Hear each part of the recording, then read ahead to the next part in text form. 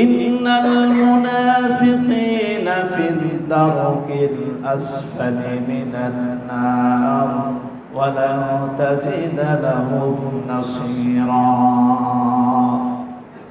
অবশ্যই মুনাফিকের স্থান হচ্ছে জাহান্নামের নিম্ন স্তরে। ওয়া লা তাজিদ লাহুম নাসীরা, তাদের কেউ সাহায্য করতে পারবে না। দুনিয়ার বুকে যত বড়ই নেতা থাকুক না কেন, যত বড়ই মাস্টার থাকুক না কেন, কঠিন হাসরের ময়দানে কিন্তু কেউ বাঁচাতে পারবে না। আজকে হিন্দুরা, মুশরিকরা, কাফেররা যেই পাথরকে আল্লাহ বলে দাবি করছে, যেই গাছকে আল্লাহ বলে দাবি করছে, ওই গাছকে, ওই পাথরকে, ওই মানুষকে আল্লাহ পাক রব্বুল আলামিন জ্বালানি হিসেবে ব্যবহার করবেন। উইদ্দাতাল কাফিরিন, আমি কাফেরদের জন্য প্রস্তুত করে রেখেছি। নাউজুবিল্লাহ।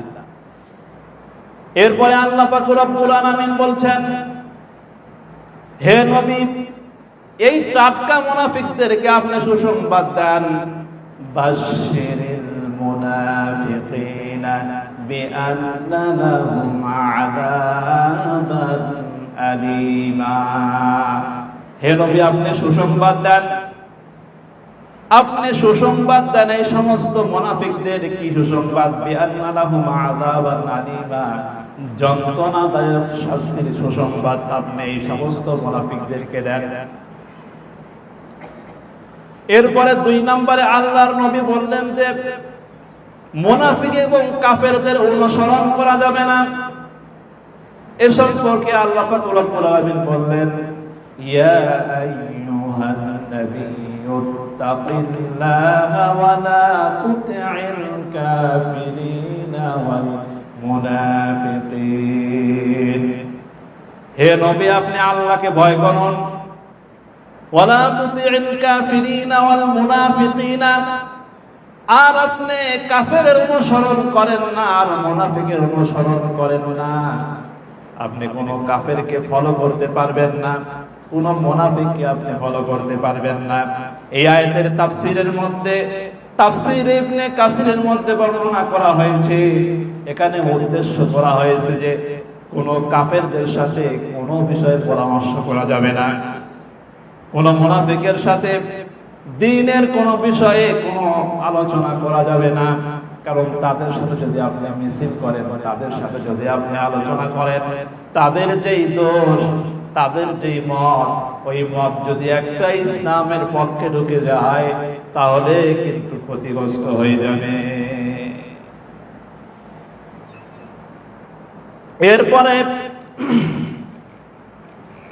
3 নম্বরে বললেন যে এই সমস্ত মুনাফিকের জন্য দোয়াও করা যাবে না, ক্ষমা প্রার্থনা করা যাবে না।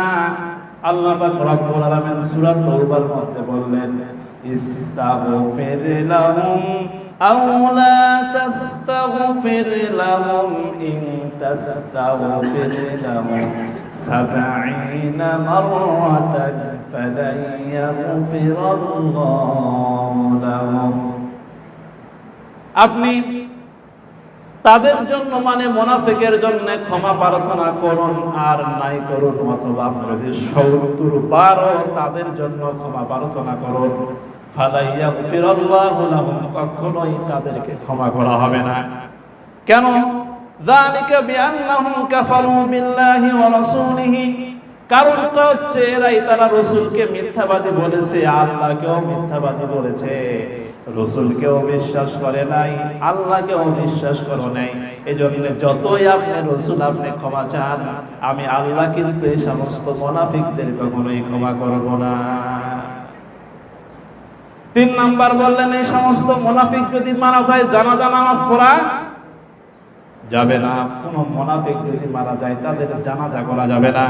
আল্লাহ পাক রব্বুল আলামিন বলেছেন, ওয়ালা তুসাল্লি আলা আহাদিন মিনহুম মাতা আবাদান ওয়ালা তাকুম আলা কবরি।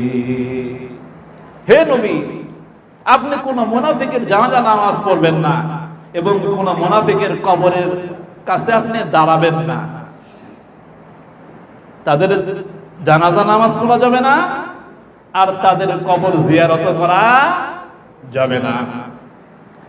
এরপরে বললেন এই সমস্ত মুনাফিকদেরকে যেখানেই পাবেন সেখানেই আপনি হত্যা করবেন। মালউনিনা আইনামা সুফিফু উখিযু ওয়া কুতিলু তাকদীলা।